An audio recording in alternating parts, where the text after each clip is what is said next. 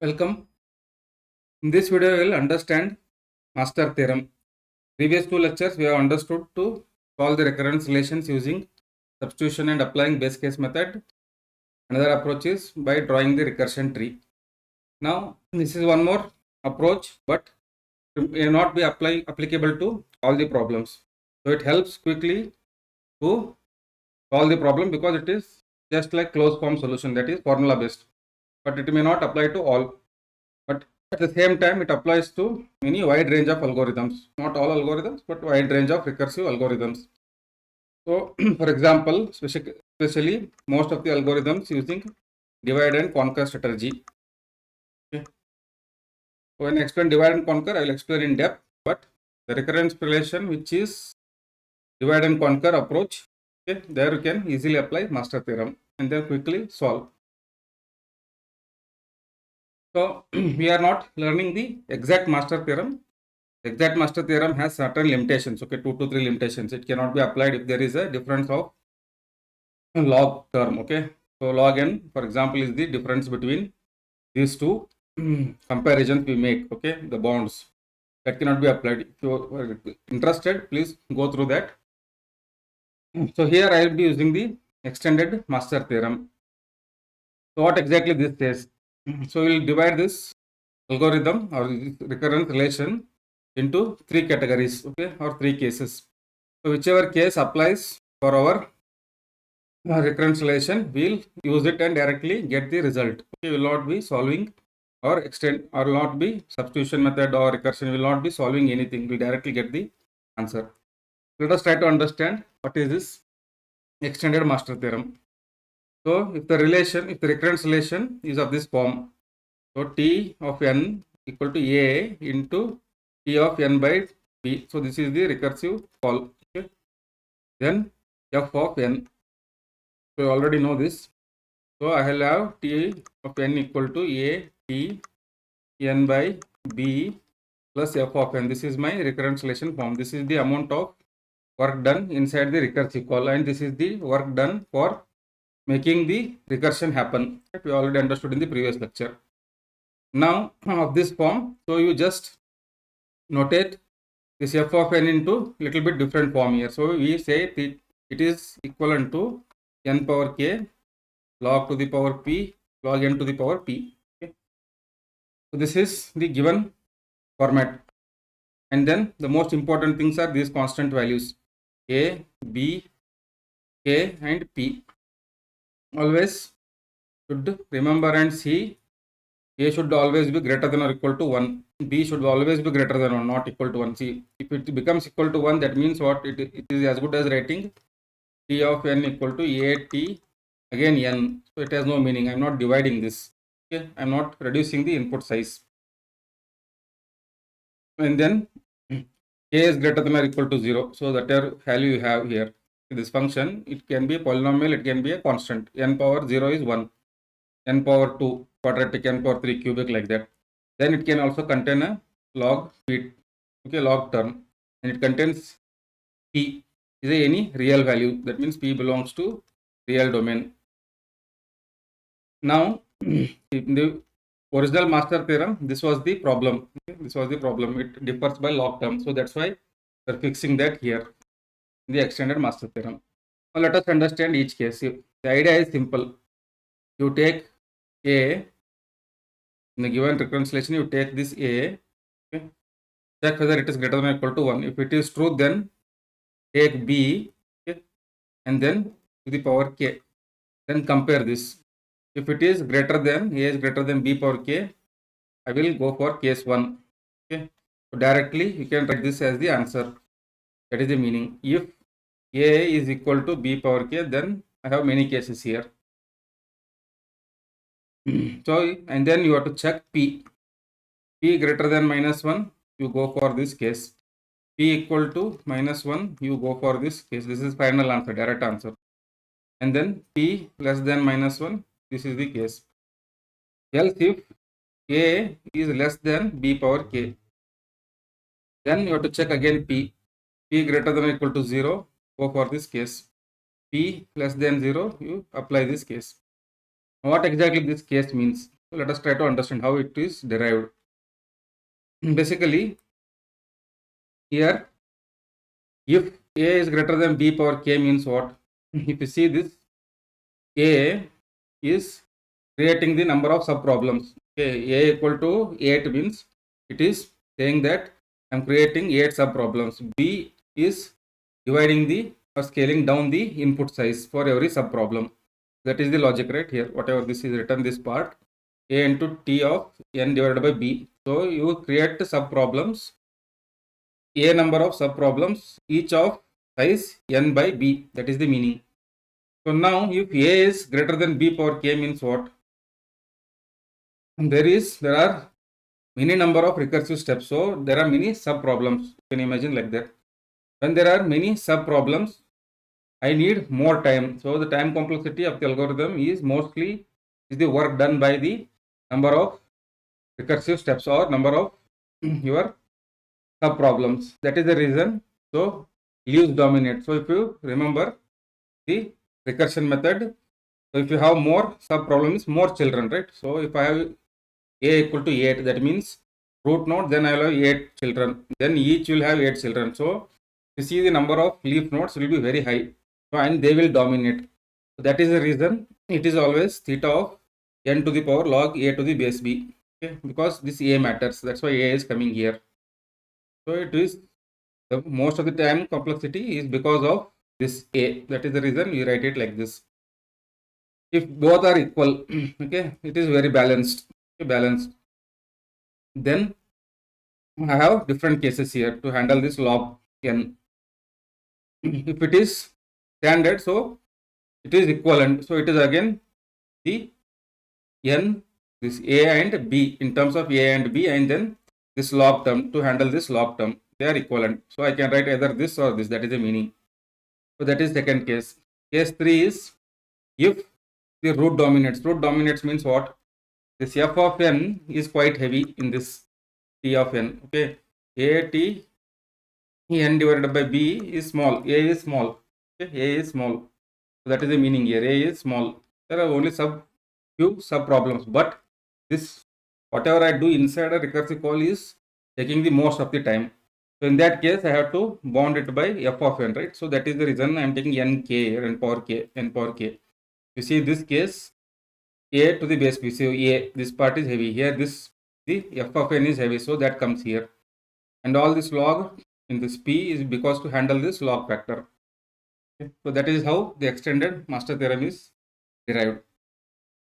So to apply it is very simple. Only thing is you have to check the conditions a, b, k and p value. They should be whatever minimum value that they should hold it. So how to solve this? You just take a and then b power k, then compare. If it is greater than, so you go for case 1 directly. If it is equal to, then check for p. So whichever p case applies, you apply that. If it is a is less than b power k, then again check p and apply whichever case it applies. So that is how we solve the master theorem. So let's see many examples now. So t of n equal to 9t n by 3 plus n. So let us write down for all the values here, given values. So a is equal to 3, b is 9, b is equal to 3, f of n is equal to, I will write it in my format. Okay, it should be in format of theta of n power k log n to the power p. Okay, so now you find out k value. So k is equal to 1 because it is only n. This is n, that's what they are given. Then p is 0. So you found out all the 4 value. P should be real number, it is real 0. K is greater than or equal to 1, it is true. A is greater than or equal to 1, it is true. B is greater than 1, it is true. Okay. So now you apply master theorem. So what should I do first? Step 1, take A and compare with b power k. What is A? 9. B is 3. K is 1. So A is greater than b power k. So they have to apply the case 1 directly. So what case 1 says? Theta of n to the power log a to the base b is the solution. That is t of n is equal to this final solution. theta of n power log, what is a 9, 3 square to the base 3. So 3 square becomes 2 comes outside it. So it will be theta of n square. So this is how you solve the Master's theorem. Next. Again, same thing. A is equal to 2, B is equal to 2. Then you bring it out to our format. Okay. So our format is f of n should be equal to n power k log to p n. So k is equal to 1, again p equal to 0. Now check a and b power k. A is 2, 2 power k is 1. So they are equal. So apply case 2. In the case 2, you have to check now p. So what is p here? P is equal to 0. That means p greater than minus 1 case applies. P greater than minus 1 means this case. So first case.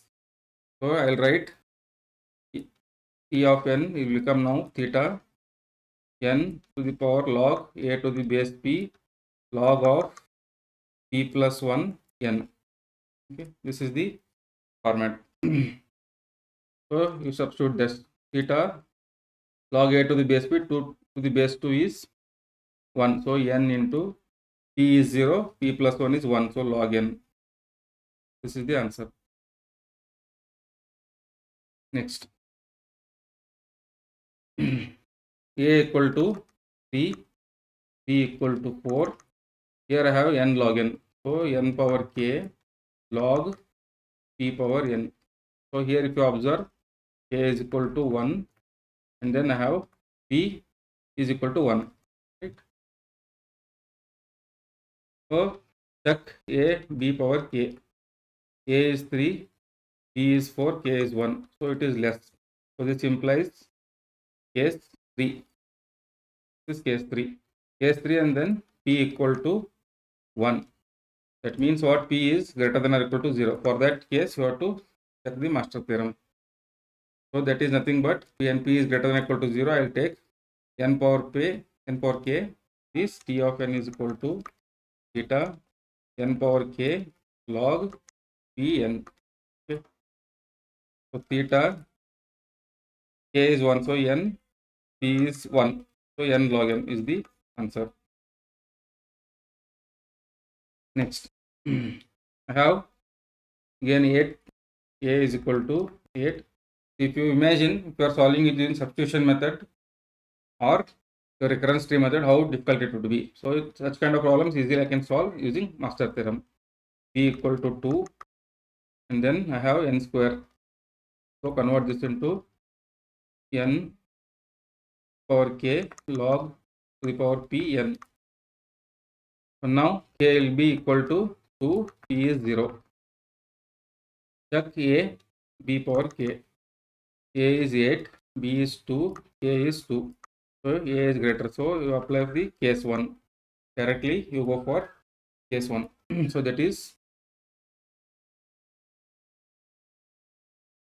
theta of n power log a to the base b. This is theta n power log 2 cube to the base 2. So theta of n cube is the answer. Next. Here a is equal to 1, b is equal to 2, then so you convert into n power k log the power p n. So k equal to 1, p equal to 0. A, b power k. What is the relation? A is 1, b is 2, k is 1. So this is less. So go for case 3. Case 3 again, p is greater than or equal to 0. In that case 1, so theta to the power n power k into log p power n. Right? So this will be theta n log to the power 0 n. So it is again theta n only. The answer. Next. A is equal to 2, b is equal to 2, then n log n. Here, what is k value? It becomes 1. P value is also 1 because log n is there. So a greater than b power k. So 2 greater than 2 power 1. It is equal. Okay. This implies I have to apply case 2. And then in case 2, p is equal to 1. So greater than minus 1k. What exactly that says? When it is greater than minus 1, to apply log to theta of n to the power log a to the base p into log p plus 1 n. Okay. So this is nothing but theta n power log a to the base b. So both are 2. So it is 1 into log 2. So log square n. So this is the answer. So this case, you apply basic master theorem, okay, original master theorem for this kind of reconciliation, you cannot solve it because it cannot handle this extra log term, log n term. Now, what are the limitations of the master theorem in entirety? So first is invalid precondition, that is a cannot be less than 1. It is already seen. It should be greater than or equal to 1. Is not a valid divide and conquer recurrence. Asymmetric subproblems. When I called recursion tree method, I told you similar example. So when I have mismatched split, okay, here n by 2, here n by 3. Okay, this will not work. Okay, this is not exact same symmetric problems. It is asymmetric subproblems. Here you have to go for reconciliation or by applying the substitution base case method. And if f of n is not in terms of polynomial, non-polynomial, for example, or non-log. So what is that f of n? You have assumed it as theta of n power k log pn. This is the format you have assumed. So it is nothing but what this is polynomial, this is log. Only these two are allowed. If I have say exponential, so it is f of n is equal to theta 2 power n or theta n factorial, whatever it may be. Okay, these are not allowed because I need it to be polynomial. If you for function f of n is 2 power n or n factorial or anything other than non-polynomial, anything other than polynomial and log, I cannot apply master theorem. These are the three limitations. So in the next video, we will take the algorithms and try to find time complexity of the recursive algorithms. And then applying the reconciliations we have called using those concepts. Thank you for watching. Please like, subscribe and share.